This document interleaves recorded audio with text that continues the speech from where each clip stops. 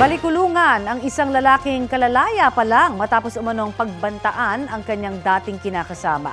Masama raw ang loob niya kaya niya ito nagawa. Balitang hatid ni James Agustin.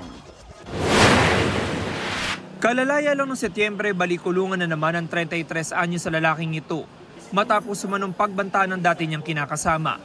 Base sa investigasyon ng pulisya, pumunta ang suspect sa bahay ng biktima sa Barangay Batasan Hills, Quezon City. Panay ng tawag niya doon sa cellphone ng biktima kung saan siya ay nagbabanta. Binirify siya ng biktima, tiningnan siya doon sa labas ng bahay.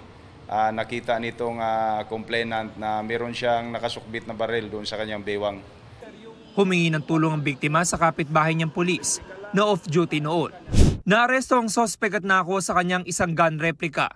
Sa police station, nagkaharap ang dating magkasintahan. So ang motibo talaga nito ay hindi matanggap nitong suspect na ang kanyang dating kinakasama ay meron ng asawa paglabas niya ng kulungan. 14 na taong nakulong ang suspect dahil sa kasong robbery with homicide.